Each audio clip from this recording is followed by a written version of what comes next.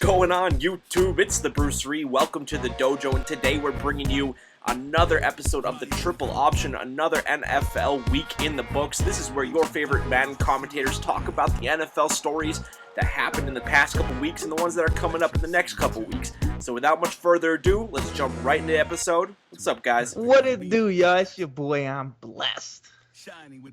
I think you say that like every week. That's my intro. I know. You ever think of just spicing it up a little bit? No? No? Like Miley Cyrus spice up, or? No, she twerks. She twerks. Anyway, moving on. But let's go over last week's, obviously, picks. I went 0-3. I'm the first 3-0 guy, and I'm actually the first 0-3 guy. Bless did the best between the three of us. He went, what, 2-1? 2-1. Not surprised. Only game...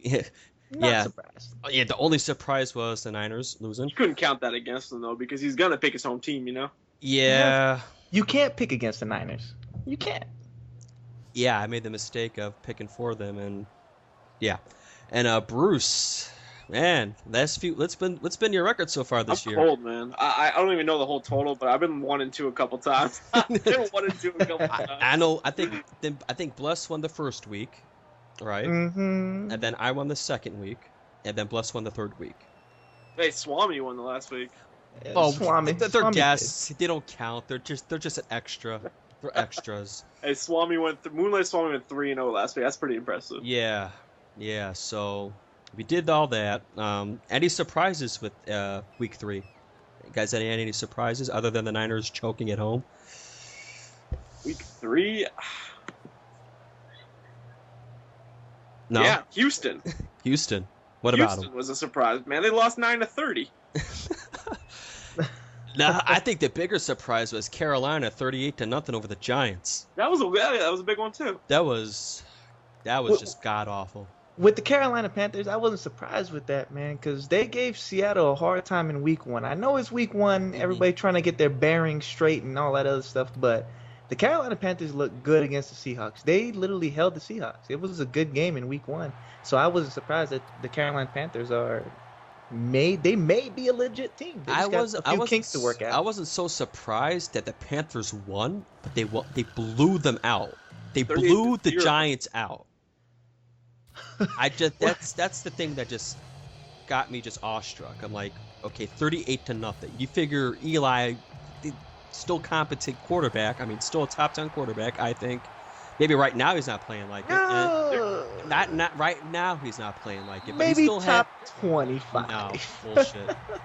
And then he's got the receiving core with Nix and Victor Cruz. So you figure they would try to manufacture at least a field goal to march down the field. They didn't get anything.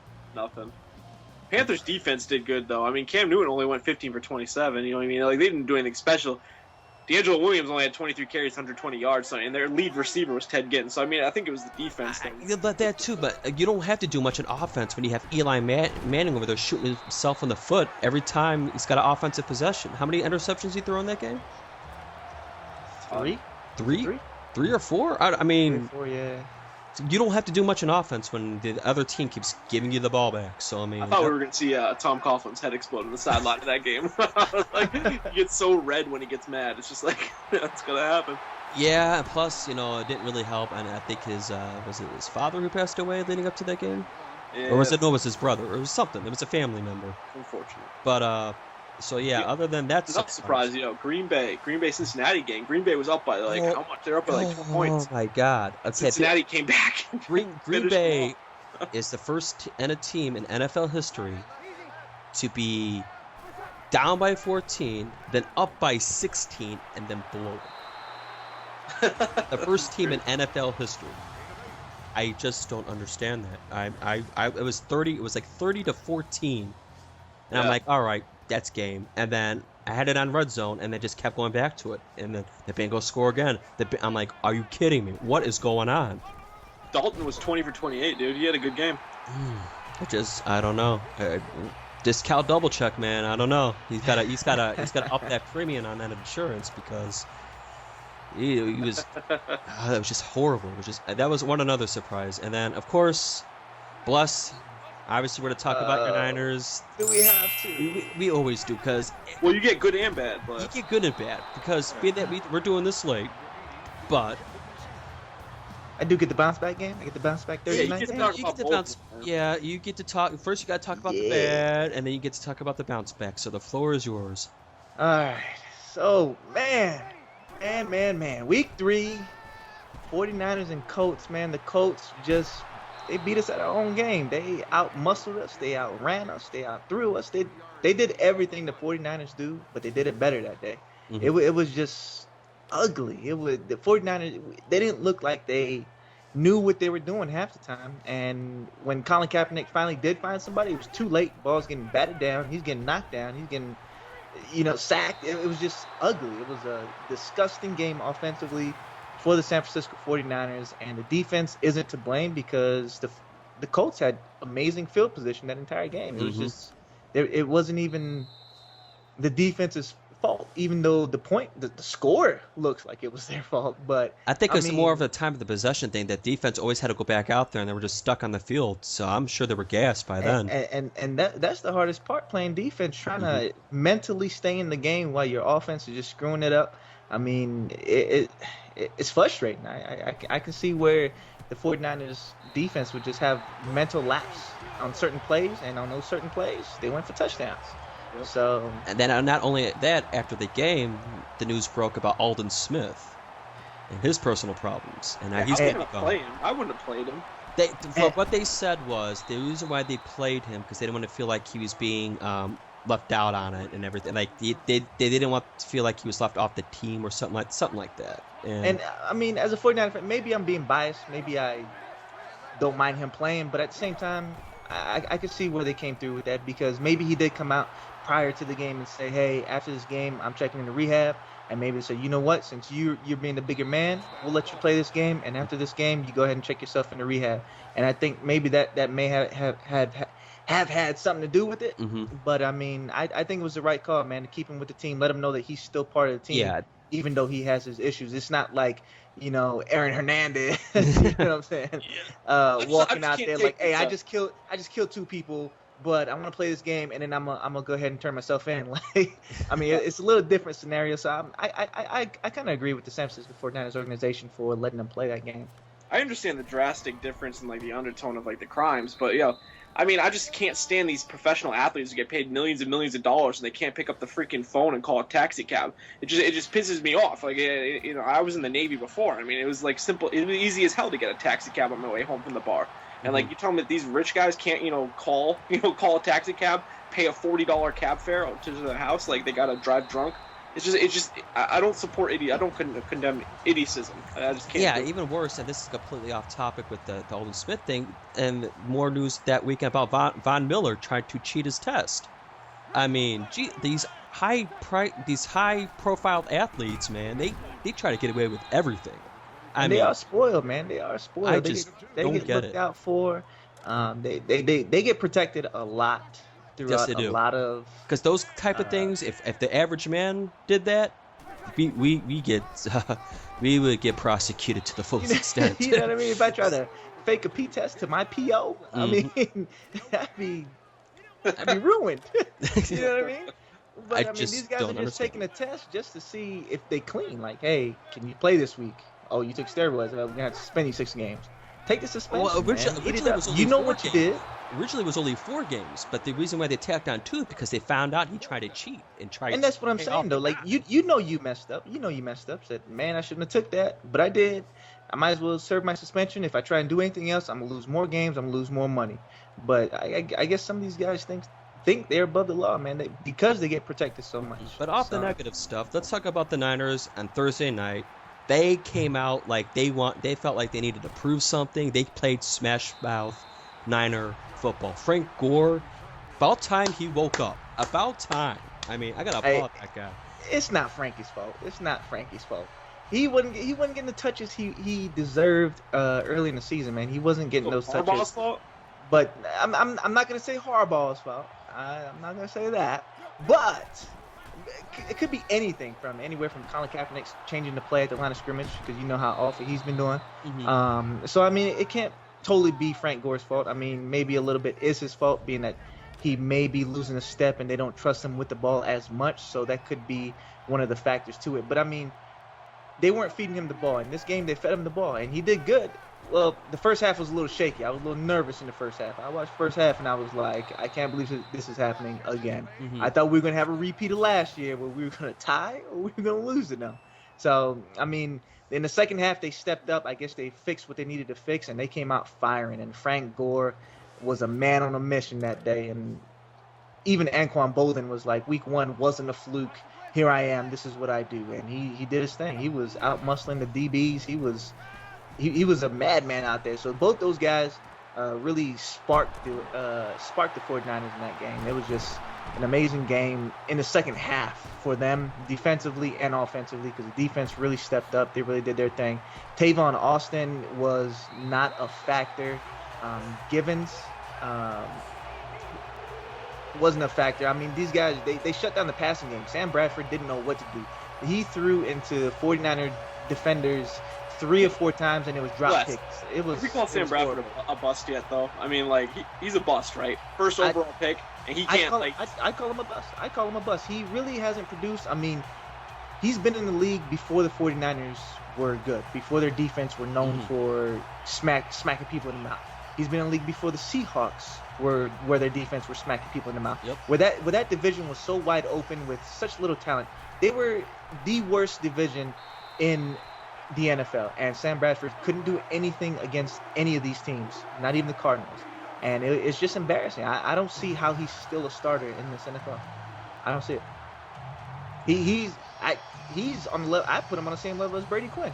That's where I put him. You put him above or below Mark Sanchez? I say below, simply because Sanchez got the Jets to the championship. Well, his defense and the run game. Goddamn. But I mean, you can't ask me that because I'm a USC fan and I'm gonna put him below Sanchez. I put him below Matt Leinart. That's what I do. Ooh. That's how biased I am. All right, so let's detour from that, and obviously Bruce Ree wants to talk about those Dolphins. I mean, I just got to eat a little crow real quick. I talked some shit about the Dolphins last week. The Miami Flippers down there in South Beach. You know, I was running my mouth a little bit, and I gotta take notice as to what they're doing right now. They're off to a 3-0 start. You know, same as the Patriots. First time since 2002 or 2003, I believe, that they've been 3-0. And it's mainly due to, from what I'm seeing, is the maturation of Ryan Tannehill. Yeah. A guy that came out with the names of like Andrew Luck and RG3 and Russell Wilson, who like basically stole the spotlight last year. But Ryan Tannehill, man, he was steadily improving throughout the year last year. You know, he got some play.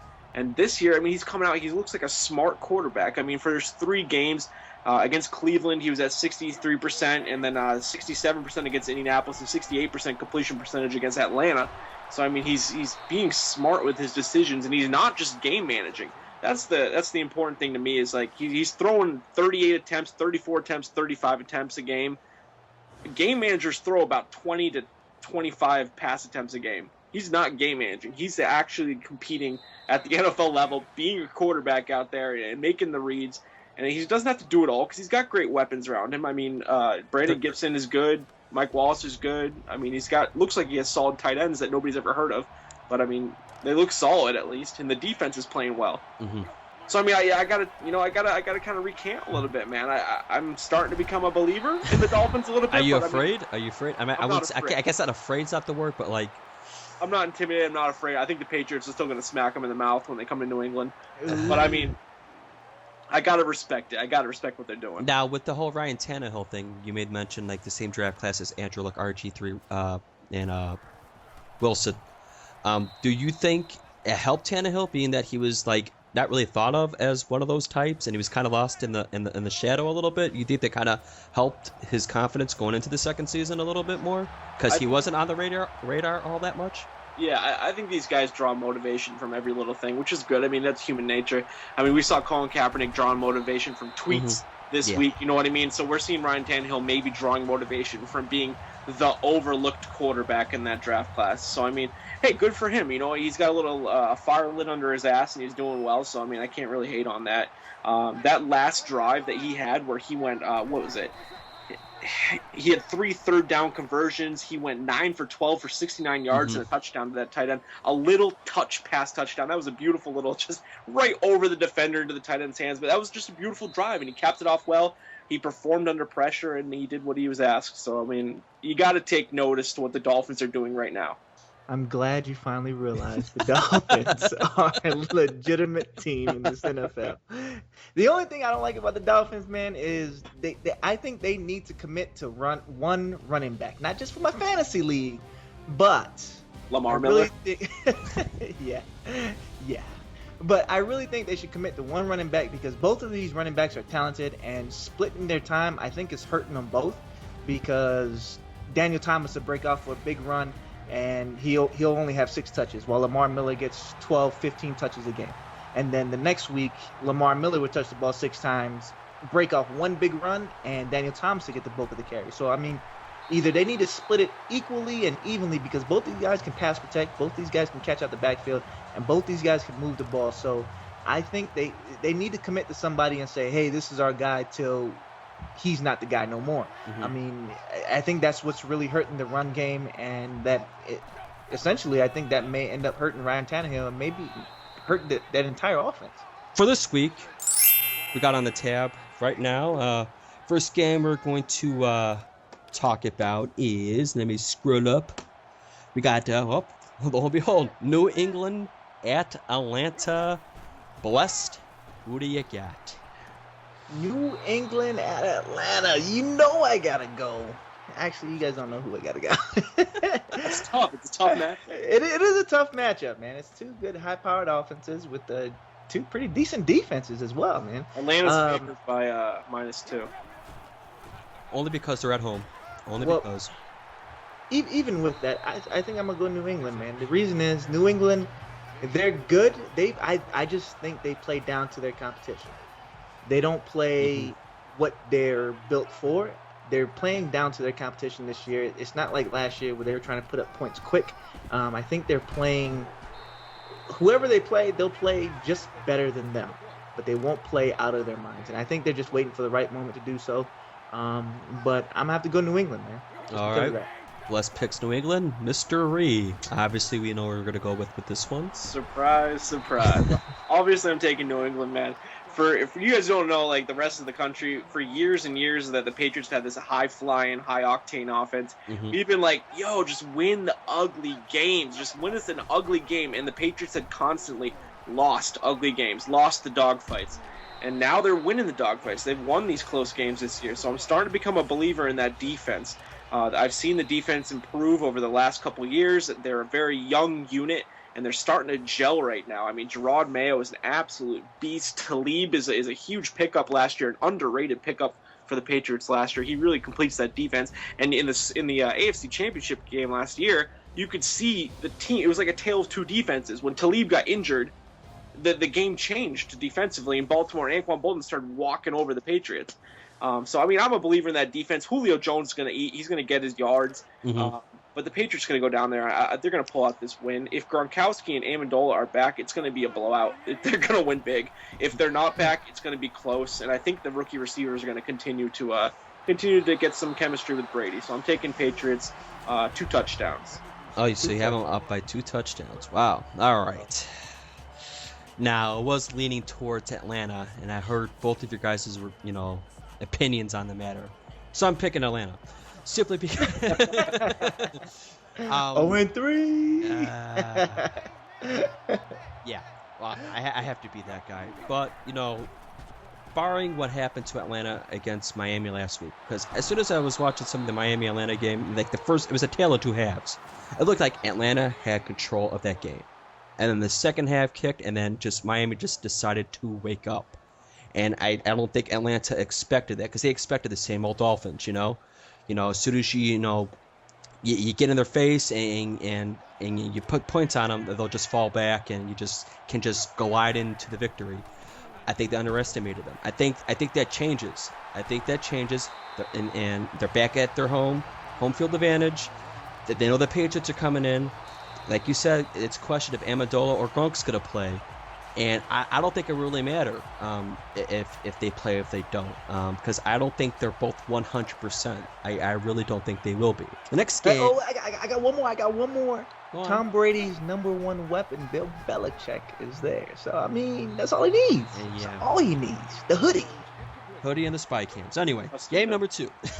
Game number 2, we got the Chicago Bears at the Detroit Lions. I'm actually going to pick first on this one.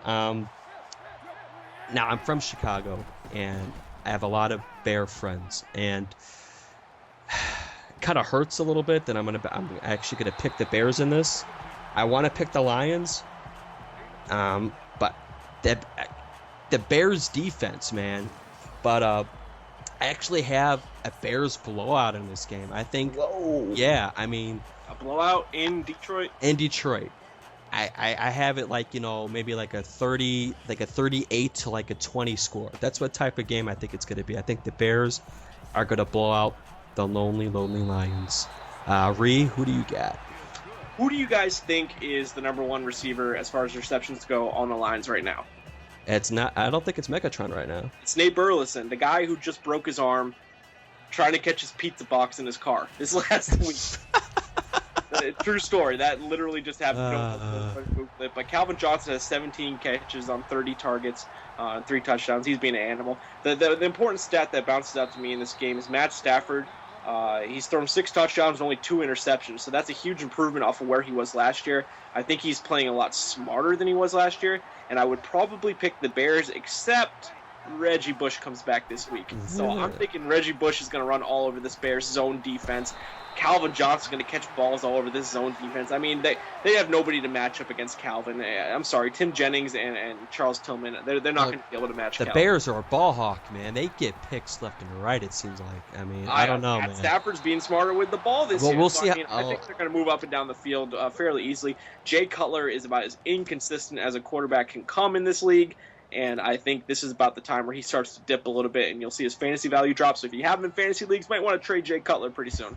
All right, Blessed, who do you got? Big words. Well, fellas, I mean, it is Jay Cutler's contract year. He's playing out of his mind right now. Reggie Bush does come back, but I'm going to have to go with the Chicago Bears, man. Reggie Bush comes back this week. Reggie Bush leaves by halftime because he gets hurt again with that. So I'm going to have to go Chicago, but I'm going to call it maybe Chicago probably scored something around maybe anywhere from 21 to 24 points. It'll be out of reach for Detroit, but it'll be a closer game than the score will look closer than the game really is. So I'm going to have to say Detroit probably scored maybe about 17 points maybe. So, I mean, but it'll be out of reach for Detroit. Third game, we got Miami, the surprising Miami Dolphins at the high-powered New Orleans Saints. We're going to go with Bless. What do you got in this one? This could be a tough one. So, I mean, I want to go with Miami, but New Orleans and Miami match up identical on paper. On paper, they both look like the same exact team with one exception. New Orleans defense has played a little bit better. So I really want to go against New Orleans and pick Miami, but I may pick New Orleans. I will pick New Orleans. I'm going with Drew Brees. He's just too good. Him and Jimmy Graham are on point as they are every other year.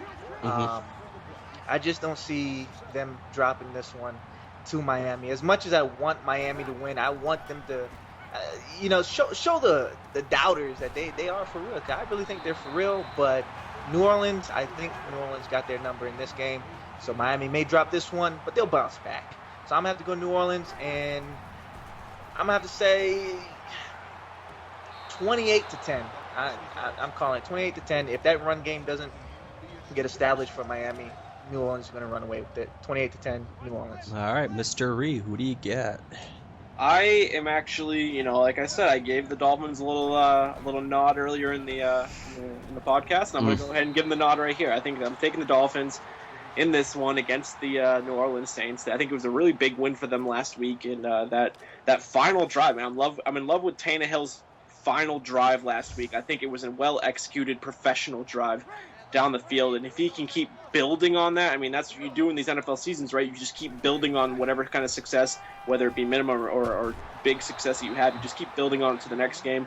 I think New Orleans Saints, I think their defense is playing really good, and I think Jimmy Graham is playing out of his mind. I think Drew Brees is going to keep continuing.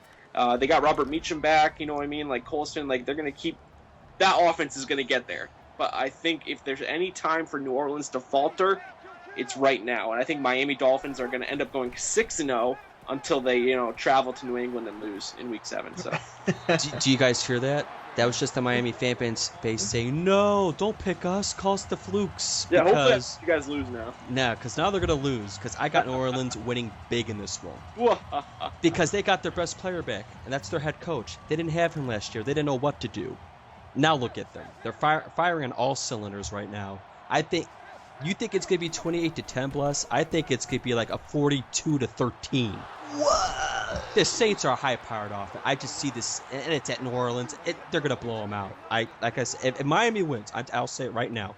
If Miami beats the Saints at New Orleans, then I'll be a believer.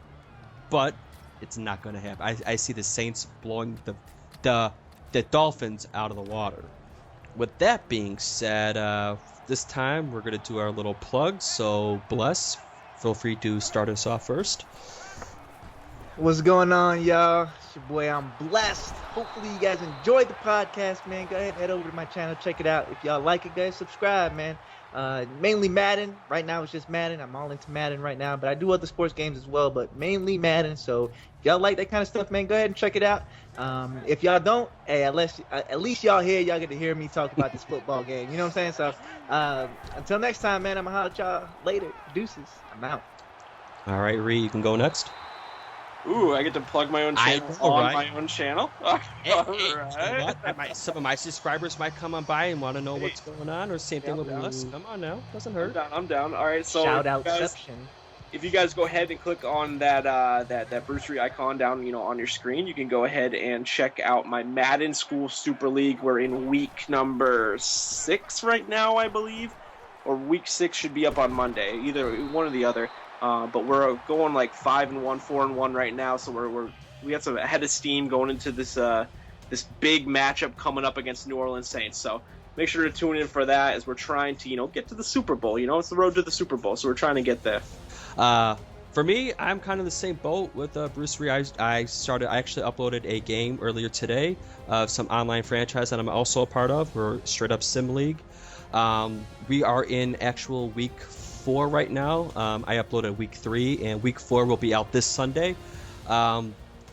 We usually advance every 2 days, so that's what you'll see on my channel. Most of the rest of the week and so forth is online league play. Like Bruce Ree, I enjoy online sim type games. You don't have to mess with the cheese play, people going for money plays, all that stupid shit that you deal with online ranked. And I play with a big core group of guys, which I'm sure they'll listen to this now because I always do a shout out to those guys. So that's what you expect on my channel, is more online league play. And that's going to do it for this week's episode, guys. I hope you guys enjoyed it. As always, leave in the comment section below your picks for the 3 games we discussed. The only person who got all 3 of them right last week that we saw was Moonlight Swami, so there he is right there. Until next time, make sure to leave a like, let everybody know where to find NFL Talk, and it's Bruce Ree. I'm out.